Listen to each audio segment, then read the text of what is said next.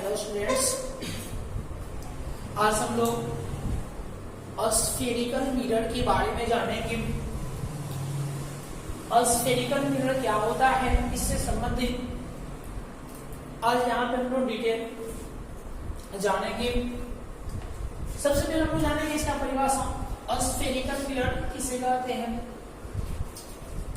Spherical mirror को हम लोग हिंदी में गोलीय दर्पण कहते हैं। और गोलीय दर्पण किसे कहते हैं, यहाँ पे हम लोग परिभाषा लिख चुके हैं। गोलीय दर्पण एक खोखला गोला का भाग होता है।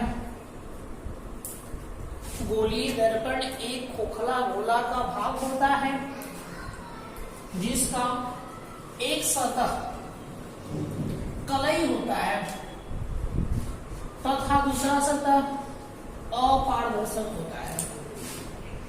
एक वर्ड हम यूज किए हैं कलई। कलई को हम लोग रजित भी कह सकते हैं और इंग्लिश में पॉलिश भी कहा जाता है।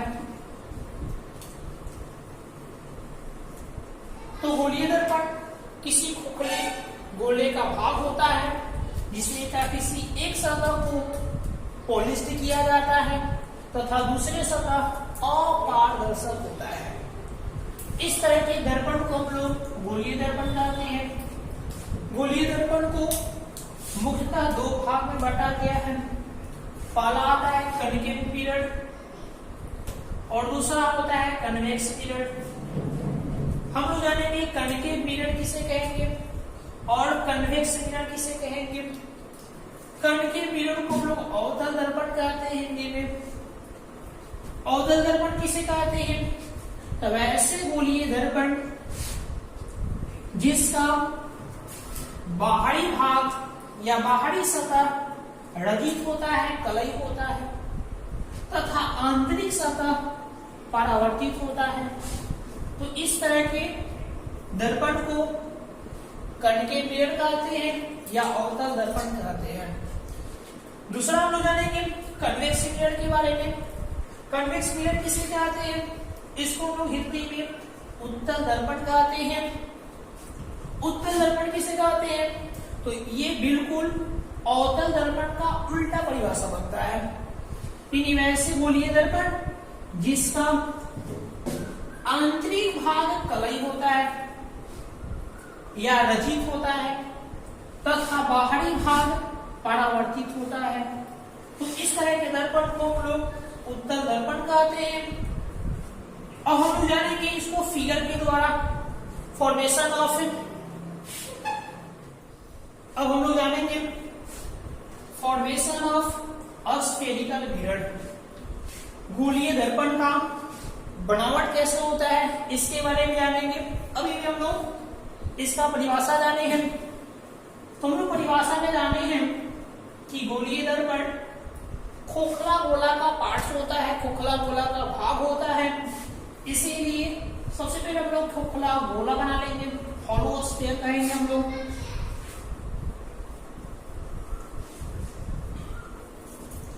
ये बड़ा खोखला गोला हुआ। अब क्या करेंगे, दो साइड से इसको कट कर देंगे, ऐसे और ऐसे कट करेंगे। जैसे ही कट करेंगे तो हमारा दो पोर्शन निकल कर आएगा, एक ये वाला पोर्शन और एक ये वाला पोर्शन। तो ये वाला पोर्शन और ये वाला पोर्शन, ये वाला पोर्शन को हम लोग उत्तल सतह कहेंगे और ये वाला पोर्शन को हम लोग अवतल सतह कहेंगे या अवतल पृष्ठ भी कह सकते हैं। अवतल पृष्ठ में बाहरी सतह उभरा होता है, उत्तल पृष्ठ में उत्तल पृष्ठ में बाहरी सतह धंसा होता है। इसीलिए सबसे पहले हम लोग क्या करेंगे, इसको काट के बाहर निकालेंगे। तो इसको बाहर निकालेंगे तो ये ऐसे आएगा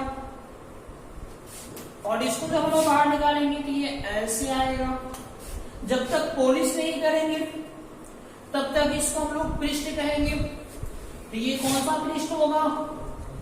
कनकेव सरफेस होगा और ये आपका कन्वेक्स सरफेस होगा।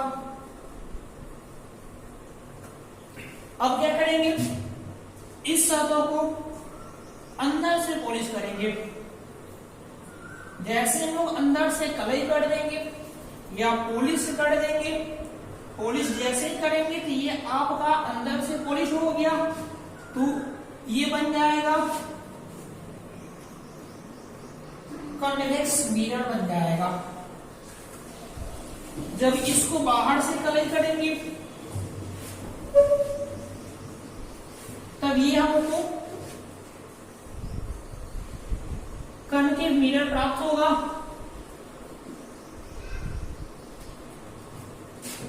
इसमें दो पोर्शन है, एक अंदर वाला पॉलिश पोर्शन है और एक बाहर वाला अनपॉलिश्ड पोर्शन है। तो बाहर वाला सतह को हम लोग परावर्तित सतह कहते हैं और ये वाला अंदर वाला सतह को हम लोग अपरावर्तित सतह कहते हैं। इसमें देखेंगे तो इसमें ये वाला साइड परावर्तित सतह है और ये वाला साइड अपरावर्तित सतह है। इसीलिए गोलीय दर्पण में दो सतह आते हैं, पहला परावर्तित सतह और दूसरा अपरावर्तित सतह। जब अपरावर्तित सतह अंदर आता है गोला के अंदर तो वो बनता है उत्तल दर्पण। जब अपरावर्तित सतह गोला के बाहर आता है तो वो बनता है अवतल दर्पण। इसीलिए हम लोग अब इसका डिटेल एक एक पॉइंट के बारे में, गोलीय दर्पण के बारे में यहाँ पे जानकारी प्राप्त करेंगे। हेलो स्टूडेंट्स, अब हम लोग जानेंगे गोलीय दर्पण से संबंधित कुछ महत्वपूर्ण पद आते हैं, उसी का डिटेल यहाँ पे हम लोग अध्ययन करेंगे। तो टॉपिक है some important terminology related to a spherical mirror. गोलीय दर्पण से संबंधित कुछ महत्वपूर्ण शब्दावली, कुछ शब्द आते हैं उसके बारे में जानेंगे हम लोग। सबसे पहले आता है पोल, ध्रुव। ध्रुव किसे कहते हैं गोलीय दर्पण में? तो गोलीय दर्पण दो प्रकार के होते हैं, अवतल दर्पण होते हैं, उत्तल दर्पण होते हैं। दोनों में ये जो शब्दावली है दोनों दर्पण के लिए लागू होता है। अवतल में भी और उत्तल में भी ये शब्द सेम रहता है, परंतु उसका एक राइट साइड रहेगा तो एक लेफ्ट साइड रहेगा गोलीय दर्पण के अनुसार। सबसे पहले डेफिनेशन समझते हैं हम लोग, फिर हम लोग फिगर अनुसार इसका और डिटेल अध्ययन कर लेंगे। सबसे पहले इसमें आता है पोल। पोल को हम लोग हिंदी में ध्रुव कहते हैं। अब ध्रुव किसे कहते हैं? गोलीय दर्पण की मध्य बिंदु को, जैसे हम लोग गोलीय दर्पण यहां बना रहे थे, ऐसे गोलीय दर्पण बना रहे थे, इसका मध्य बिंदु गोलीय दर्पण बना रहे थे तो इसका मध्य बिंदु एकदम बीचों बीच होगा। इससे बीचों बीच वाले पॉइंट्स को हम लोग पोल कहते हैं, ध्रुव कहते हैं। तो ये वाला अवतल दर्पण हो गया और इस तरह जब हम लोग बनाएंगे तो उत्तल दर्पण हो जाएगा। ऐसे हम लोग बना रहे हैं, ऐसे जब हम लोग बनाएंगे अंदर से कलई करेंगे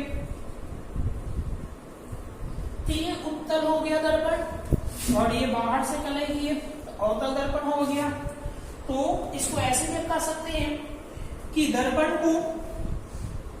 को बीच में, दर्पण के बीच में एक ऐसा पॉइंट्स जो दर्पण के दो बराबर भागों में बांट दे, उस पॉइंट्स का नाम है पोल या ध्रुव।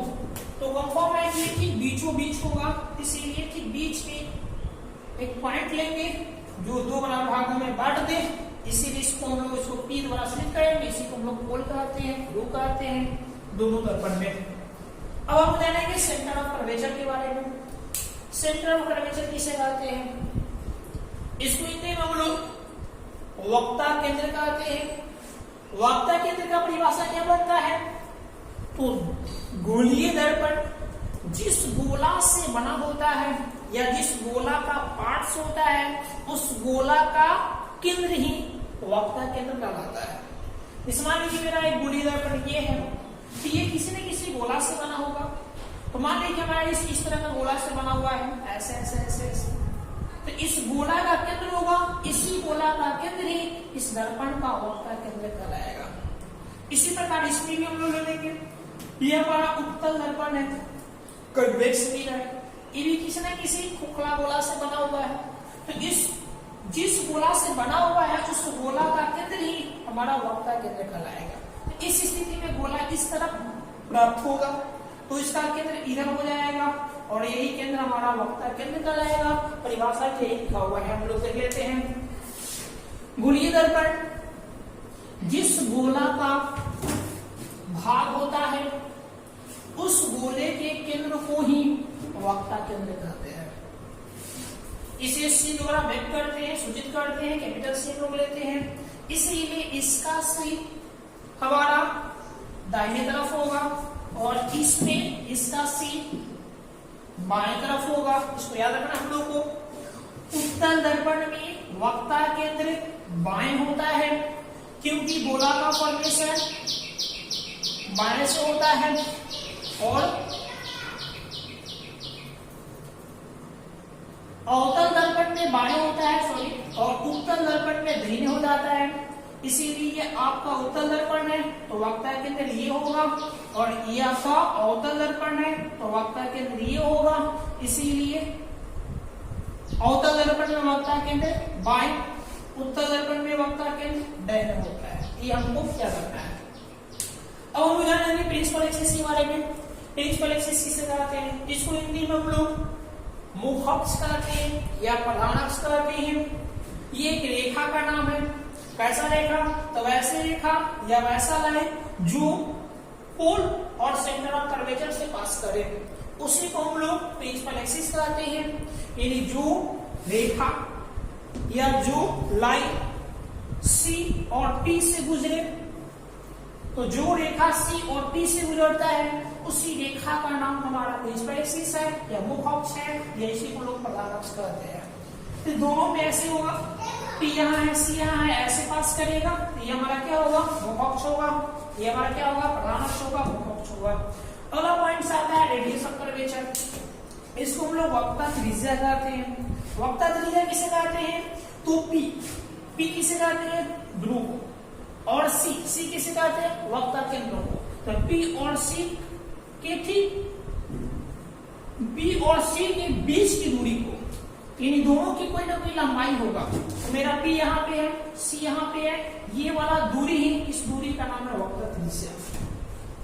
इसे हम लोग आर द्वारा सूचित करते हैं। इस कैपिटल आर से इसको लोग ऐसे व्यक्त करेंगे, पी और सी के बीच की दूरी। और यहाँ भी कैपिटल आर से हम लोग इस तरह व्यक्त करते हैं, पी और सी के बीच की दूरी। अब यहाँ हम लोग को ध्यान रखना है कि अवतल दर्पण में आर यानी वक्ता त्रिज्या बाएं होता है।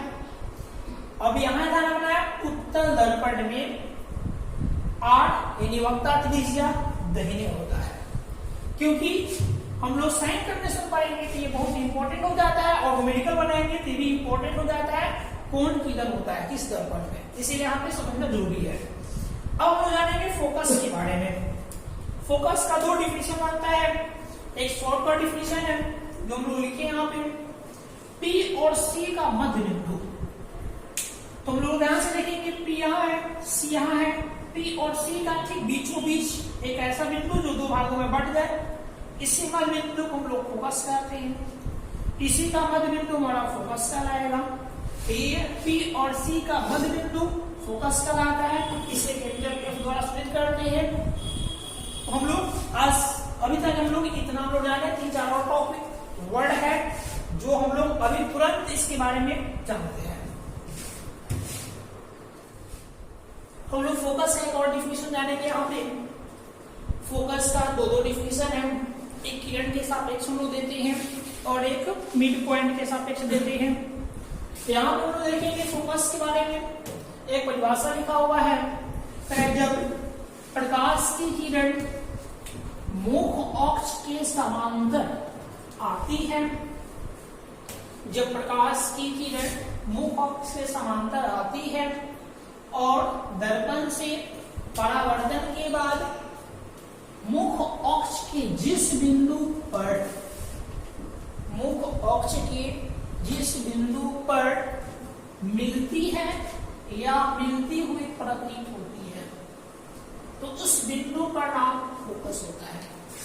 इसे हम लोग कैपिटल F द्वारा व्यक्त करते हैं, जो हम लोग पहले जान चुके हैं।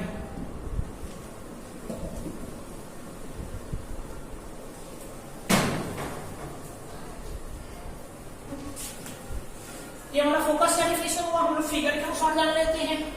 ये हमारा बाहर से पॉलिश किया हुआ पोर्शन है, इसीलिए ये अवतल दर्पण है, और ये अंदर से पॉलिश हुआ पोर्शन है, ये उत्तल दर्पण है। परिभाषा के अनुसार देखेंगे तो इसका मध्य बिंदु P होगा, ध्रुव कहलाएगा। इसके अनुसार गोला का फॉर्मेशन ऐसे होगा, इसीलिए सेंटर ऑफ कर्वेचर बाएं होगा। इसमें गोला का फॉर्मेशन ऐसे होगा, सेंटर ऑफ कर्वेचर दाहिने होगा, और इसका मध्य बिंदु P हुआ ध्रुव। C P से गुजरने वाला लाइन का नाम है मुख अक्ष। इसी प्रकार इसमें भी होगा, P और C से गुजरने वाला लाइन का नाम है मुख अक्ष। अब हम लोग क्या जानेंगे, परिभाषा जानने वाले हैं। मुख अक्ष के समांतर किरण जाएगी तो ऐसे किरण जाएगी, मुख अक्ष के समांतर। यहाँ परिवर्तन की घटना घटेगा, परिवर्तित होकर प्रकाश की किरण ऐसे गुजरेगा, तो यही मुख अक्ष के इस बिंदु से गुजरेगा। इस बिंदु का नाम फोकस होगा। इसमें क्या होगा, तीसरी भी प्रकाश की किरण ऐसे ही जाएगी, परंतु अंदर पोलिश है तो किरण अंदर जा नहीं सकता है। अब यहां से ऊपर डाइवर्ट होगा, ऊपर जब डाइवर्ट हो जाएगा तो इसको लोग पीछे की ओर ले जाएंगे। पीछे की ओर जब ले जाएंगे, कहीं ना कहीं अक्ष पर मिलता हुआ प्रतीत होगा, इसीलिए यहाँ पे फोकस प्रतीत होगा और यहाँ पे फोकस वास्तविक होगा। इसीलिए हम लोग याद रखेंगे, अवतल दर्पण में फोकस बाएं होता है, उत्तल दर्पण में फोकस दाहिने होता है। अब हम लोग जानेंगे नेक्स्ट पॉइंट, नॉर्मल अभिलंबित किसे कहेंगे। करें गोलीय दर्पण के वक्ता केंद्र और दर्पण के कोई बिंदु, दर्पण पर कोई भी बिंदु ले लीजिए, दर्पण पर कोई बिंदु कहीं भी बिंदु ले लेंगे, ध्यान रखिए वक्ता केंद्र, वक्ता केंद्र ये C आपका है, और दर्पण का कोई बिंदु यहां भी ले सकते हैं, यहां भी ले सकते हैं, यहां भी ले सकते हैं। मान लीजिए ये वाला बिंदु मेरा है, अब इससे क्या मिलाने वाली रेखा, यहां से एक रेखा गुजार लेंगे ऐसे ऐसे ऐसे, या ये जो दूरी होगा, समझ गए, मिलाने वाली रेखा लाइन, समझ गए, इसी को हम लोग क्या बोलेंगे, अभिलंब कहेंगे। कैसे भी ले सकते हैं, यहाँ है तो हम लोग ऐसे मिला देंगे तो ये अभिलंब हो जाएगा, परंतु यहाँ पे किरण है तो हम लोग ऐसे मिलाएंगे, तो यहाँ पे ये अभिलंब का रोल प्ले करेगा। हम लोग का नेक्स्ट पॉइंट है फोकल लेंथ। फोकल लेंथ को हिंदी में फोकस दूरी कहते हैं। फोकस दूरी किसे कहते हैं, गोलीय दर्पण के ध्रुव, तो ध्रुव हम लोग यहाँ पे, और फोकस, फोकस यहाँ पे है, इसमें फोकस यहाँ पे है, तो P और F के बीच की दूरी फोकस दूरी कहलाता है। इसे कैपिटल सॉरी इसको छोटा f द्वारा व्यक्त किया जाता है। इस दूरी को P और F के बीच की दूरी को हम लोग फोकस दूरी कहते हैं, जिसे छोटा f द्वारा व्यक्त करते हैं। तो यहाँ पे f आपका ये हुआ और यहाँ पे f कितना छोटा इधर हुआ दाहिने तरफ। अब हम लोग जानेंगे लास्ट इसमें एपर्चर को हम लोग हिंदी में द्वारक कहते हैं। द्वारक किसे कहते हैं, तो दर्पण की ज्यामितीय लंबाई चौड़ाई जो मोटाई होती है, समझ गए ना, उसी को हम लोग द्वारक कहते हैं। जैसे यहाँ m और n क्या है, ज्यामितीय लंबाई हुआ, ये द्वारक होगा। इसमें भी ये m और n क्या है, द्वारक होगा। यही हम लोग गोलीय दर्पण में नहीं पढ़ना था। अब हम लोग नेक्स्ट क्लास में आइए हम लोग करेंगे। आज के लिए इतना ही, धन्यवाद।